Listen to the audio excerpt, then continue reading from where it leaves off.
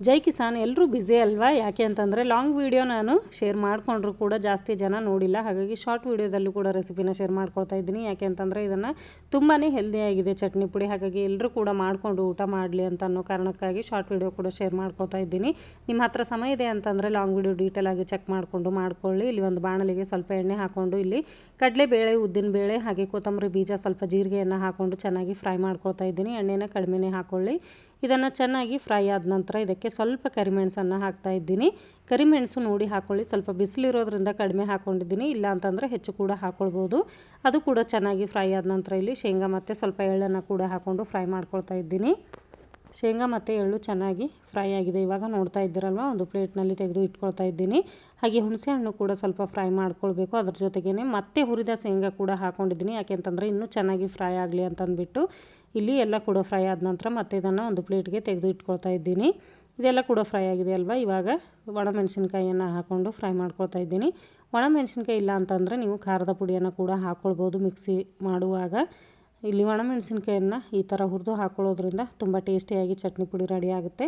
ಈ ಚಟ್ನಿ ಪುಡಿ ನೀವು ಬಿಸಿ ಅನ್ನದ ಜೊತೆಗೆ, ರೊಟ್ಟಿ ಜೊತೆಗೆ, ಚಪಾತಿ ಜೊತೆಗೆ ಯಾವುದ್ರ ಜೊತೆಗೆ ಬೇಕಾದರೂ ನೀವು ಊಟ ಮಾಡ್ಬೋದು. ತುಂಬ ಟೇಸ್ಟಿಯಾಗಿರುತ್ತೆ.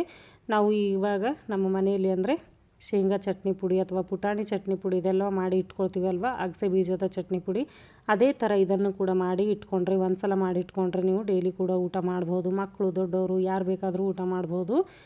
ಇದು ಎಲ್ಲ ಫ್ರೈ ಆದ ನಂತರ ಇದಕ್ಕೆ ಕರಿಬೇವನ್ನು ಹಾಕ್ಕೊಂಡು ಫ್ರೈ ಮಾಡ್ಕೊಂಡಿದ್ದೀನಿ. ಇವಾಗ ಇದಕ್ಕೆ ಎಲ್ಲನೇ ಸೇರಿಸಿ ಒಂದು ಸಲ ಗ್ರೈಂಡ್ ಮಾಡಿಕೊಂಡ್ರೆ ಚಟ್ನಿ ಪುಡಿ ರೆಡಿ ಆಗುತ್ತೆ. ರುಚಿಗೆ ತಕ್ಕಷ್ಟು ಉಪ್ಪನ್ನು ಕೂಡ ಹಾಕ್ಕೊಂಡಿದ್ದೀನಿ. ಅದು ಹಾಕಿದ ನಂತರ ಇವಾಗ ಕರಿಬೇವನ್ನು ಮಿಕ್ಸ್ ಮಾಡಿ ಮಾಡ್ಕೊಳ್ತಾ ಹೋಗ್ತೀನಿ. ಇಲ್ಲಿ ಜಾಸ್ತಿ ಕರಿಬೇವು ಇರೋದ್ರಿಂದ 2 ಸಲ ಹಾಕ್ಕೊಳ್ತಾ ಇದ್ದೀನಿ. ನೀವು ಕಡಿಮೆನೇ ಕರಿಬೇವು ಇದೆ ಅಂತಂದರೆ ಒಂದೇ ಸಲಕ್ಕೂ ಕೂಡ ಮಾಡ್ಕೊಳ್ಬೋದು. ಇವಾಗ ನೋಡ್ತಾ ಇದ್ದೀರಲ್ವ, ಒಂದು ಸಲ ಹಾಕ್ಕೊಂಡು ರೆಡಿ ಮಾಡ್ಕೊಂಡಿದ್ದೀನಿ. ಮತ್ತು ಒಂದು ಸಲ ಕೂಡ ಹಾಕ್ತಾ ಇದ್ದೀನಿ. ಲಾಸ್ಟಲ್ಲಿ ಸ್ವಲ್ಪ ಬೆಳ್ಳುಳ್ಳಿಯನ್ನು ಕೂಡ ಹಾಕ್ಕೊಳ್ತಾ ಇದ್ದೀನಿ. ಅಂದರೆ ಬೆಳ್ಳುಳ್ಳಿ ತುಂಬಾ ಪುಡಿ ಮಾಡೋದೇನು ಬೇಕಾಗಿಲ್ಲ. ಹಾಗಾಗಿ ಸ್ವಲ್ಪ ಪುಡಿಯನ್ನು ತೆಕ್ಕೊಂಡು ಇಲ್ಲಿ ನಾನು ಬೆಳ್ಳುಳ್ಳಿಯನ್ನು ಸೇರಿಸ್ಕೊಳ್ತೀನಿ. ಬೆಳ್ಳುಳ್ಳಿಯನ್ನು ಸಿಪ್ಪೆಯನ್ನು ತೆಗೆದಿಲ್ಲ, ಹಾಗೆ ಹಾಕ್ಕೊಳ್ತಾ ಇದ್ದೀನಿ. ಅದನ್ನು ಹಾಕ್ಕೊಂಡು ಒಂದು ರೌಂಡು ತಿರುಗಿಸ್ಕೊಂಡು ಮತ್ತೆ ಎಲ್ಲ ಪುಡಿನೂ ಸೇರಿಸಿ ಒಂದು ರೌಂಡು ತಿರುಗಿಸ್ಕೊಳ್ತಾ ಇದ್ದೀನಿ. ವಿಡಿಯೋ ಸ್ವಲ್ಪನಾದರೂ ಇಷ್ಟ ಆದರೆ ಲೈಕ್ ಮಾಡಿ, ಶೇರ್ ಮಾಡಿ. ನನ್ನ ಚಾನಲನ್ನು ಹಿಂದೆ ನೋಡ್ತಾ ಇದ್ದರೆ ಸಬ್ಸ್ಕ್ರೈಬ್ ಮಾಡಿಕೊಂಡು ನೋಡಿ. ಇದು ಆಂಧ್ರದಲ್ಲಿ ತುಂಬಾ ಫೇಮಸ್ ಅಂತ ಹೇಳ್ಬೋದು. ಇವಾಗ ಎಲ್ಲರೂ ಕೂಡ ಮಾಡ್ತಾ ಇದ್ದಾರೆ.